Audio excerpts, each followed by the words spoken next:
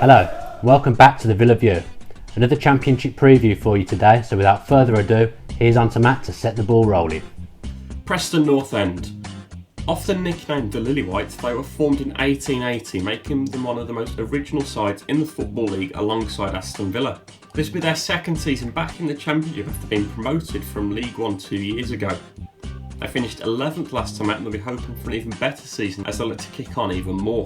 They play their home games at Deepdale. It's going to promise to be a great away day for Villa fans because I know that fan groups have already confirmed that Villa will be getting a huge allocation at a decent price as well to go and travel the 110 miles up to Lancashire.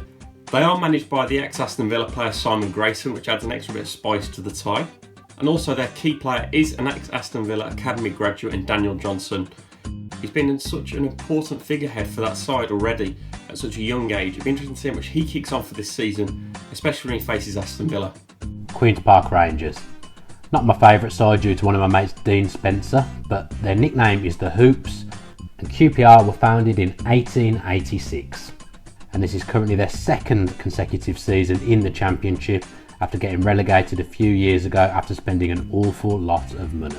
They finished a disappointed lowly 12th last season, and their stadium is Loftus Road, which holds 18,489, and it's 120 miles away from Villa Park, although I wouldn't recommend going if you like to have leg room because the away end is an absolute disgrace in that regard. Their manager is former Burton manager Jimmy Floyd Hasselbank, who I think will turn out to be a good manager at this level. I was impressed with his work at Burton and he was one of the main reasons why they actually got promoted last season. Their key player, I'm going to go with Connor Washington because I thought he looked very lively in the Euros for Northern Ireland and he looked a handful, and I think again he'll be a decent player at this level, and obviously you need a striker that's going to score goals if you're going to do well, so yeah, Connor Washington. Reading Football Club. Otherwise known as the Royals, the team from Berkshire were founded in 1871. This will be their fourth season in the Championship after being relegated from the Premier League. They finished 17th in the Championship last season. They play their home games at the Majeski. This will be a well-turned out game for Villa fans as well though, because they have introduced the 20 plenty policy. It's the only team in the Championship to do so currently, and it's only 118 miles away, so not too bad a journey, especially with direct trains as well to get there. They are managed by Jaap Stam, the former Manchester United defender. He's coming in and it's his first season as manager. It'll be interesting to see how he gets on in charge of the club. And one of their key players will be Danny Williams, somebody linked with Villa Park this summer. The American has become a vital figurehead in the Reading side. They've lost Aaron Tishibola, who's obviously come to Villa, which had an extra bit of spice to the side, and also Steve Clark, obviously being our assistant manager.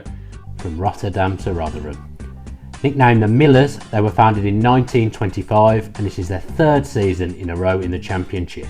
Last season they finished 21st, narrowly avoiding relegation, so they'll be hoping for a bit of an improvement this season, although I'm sure they will take just being safe again. Their stadium is the New York Stadium. I've got no idea why it's called that, it doesn't really make sense to me, and the capacity is 12,021. The distance from Villa Park is 81 miles, and their manager is former Bolton and Celtic defender Alan Stubbs, who also spent some time coaching at Everton before he became manager of Rotherham. He's also managed in Scotland, so he's a new appointment and he'll be looking to make his mark in his first season. I wanted to say that their key player was going to be Jordan Bowery, but I was disappointed to learn he's been sold off to Leyton Orient, so I will not get to talk about that Aston Villa legend. So their key player apparently is Johnson Clark Harris, who I know absolutely nothing about, so let's move quickly back to Matt. That's all for today's show. Remember, do let us know what you thought of this video. If you think any of these teams could be challengers for promotion, let us know below. And remember, if you did enjoy the video, give it a like. Also, if you could subscribe to us, that would be great. We're growing all the time, and the more subscribers we get, the more great content we'll be able to bring you. Also, you can follow us on all the relevant social media channels, so make sure you're doing that. Your Instagrams, your Snapchats, your Twitters, your Facebooks, we're on everything. This has been the Villa View. Thank you very much for watching. That's it for today.